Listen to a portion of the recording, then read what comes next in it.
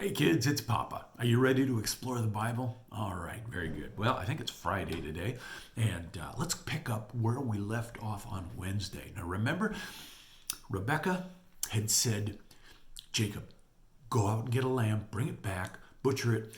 I'll fix it with savory herbs and spices so that your father will be deceived, and rather than blessing Esau, he will bless you instead. Okay?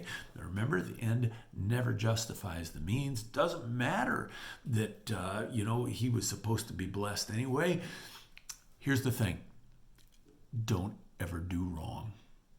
Doesn't matter what the results are. Always do right. Okay? Yeah. Anyway, so what did Jacob do? Well, he went ahead and did the wrong thing. He went out, got the lamb, brought it back to his mother, and his mother went and fixed it and prepared it and cooked it just like the venison would have been from Esau. And then now Jacob's really starting to get worried about it. And he says, well, what if he feels me and realizes that, I don't have hair on the back of my neck so Rebecca said, well, not a problem. And she took a lambskin, put it around the back of his neck. And then she took some of Esau's clothes and took those clothes. Now, keep in mind, they didn't have washer and dryer machines back then. And so things didn't get washed as often. And so if you wore something, it started smelling like you. Now, even today, clothes kind of do that a little bit. And so she went and she got some of Esau's clothes and she put it on Jacob. And she said, now you'll feel like him, and you'll smell like him, and you'll have the meat like him. Now change your voice like him, and go in and deceive your father.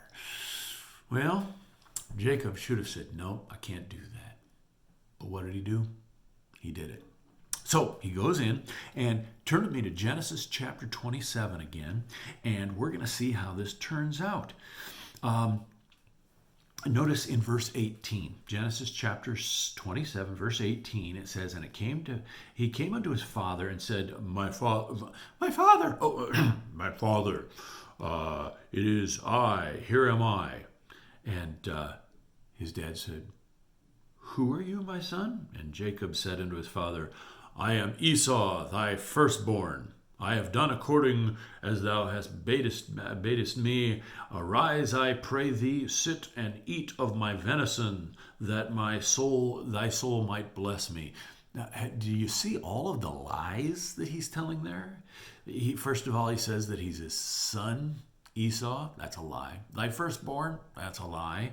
And then he says, and eat of my venison. It wasn't venison. It was mutton, lamb.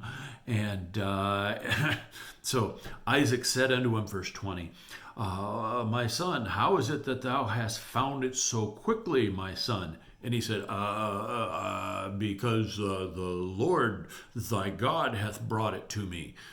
And see what he does here? First of all, he not only lies, but then he brings God into it and he tries to sound spiritual. Okay? And it's interesting that he says the Lord thy God, not my God. The Lord is my God. He may be your God, but he's also my God. We need to always remember he's my God. And so Esau and Isaac said unto Jacob, come near, I pray thee, that I may feel thee, my son, whether thou be my very son Esau or not. He's thinking, this doesn't sound like Esau. And Jacob went near unto Isaac, his father, and he felt him, and he said, the voice is Jacob's voice, but the hands are the hands of Esau. Apparently he had skin on the back, lamb skin on the back of his hands as well. He says, and he discerned him not, because his hands were hairy and his brother Esau's hands, so he blessed him. And he said, art thou my very son Esau? And he said, I am. Listen, whenever you tell one lie, you're going to have to tell more lies. And the problem is that one lie gets you into a whole lot of other lies. And pretty soon you lie yourself into a hole that you just can't get out of without either confessing everything or being found out and being embarrassed or sometimes being prosecuted. Don't lie. You understand what I'm saying?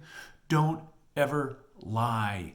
You know, he should have said, "Oh, Dad, listen, I can't do this. It's me, your son Jacob, and your wife wanted me to do this, but I just can't do it." He didn't do that, did he?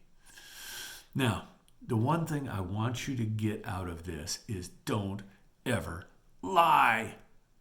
Now, we're going to see that he gets into all kinds of trouble because of this lie. And what I want you to see today is that, see, Satan comes to us and he says, "Oh, listen, you need to lie. You need to just get yourself out of this trouble by lying." And then later on he says, "Oh, you need to get yourself out of the trouble that lie caused by lying some more." And don't ever do that.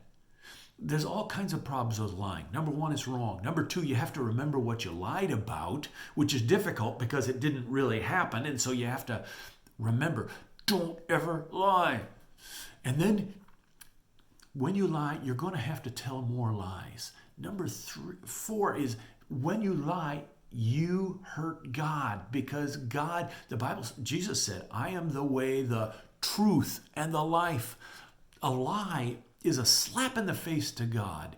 Don't. There's all kinds of other reasons why you shouldn't lie.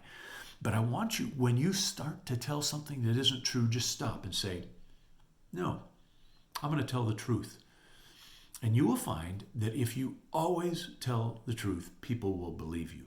But if you ever lie, people are going to remember that, and they're not going to believe you.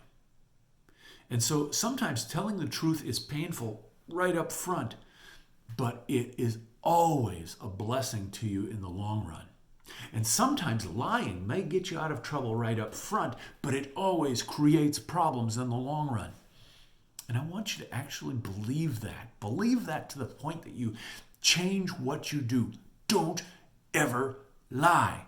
Ever. Do you understand what I'm saying? Yeah. So, if somebody asks you, is it ever right to lie?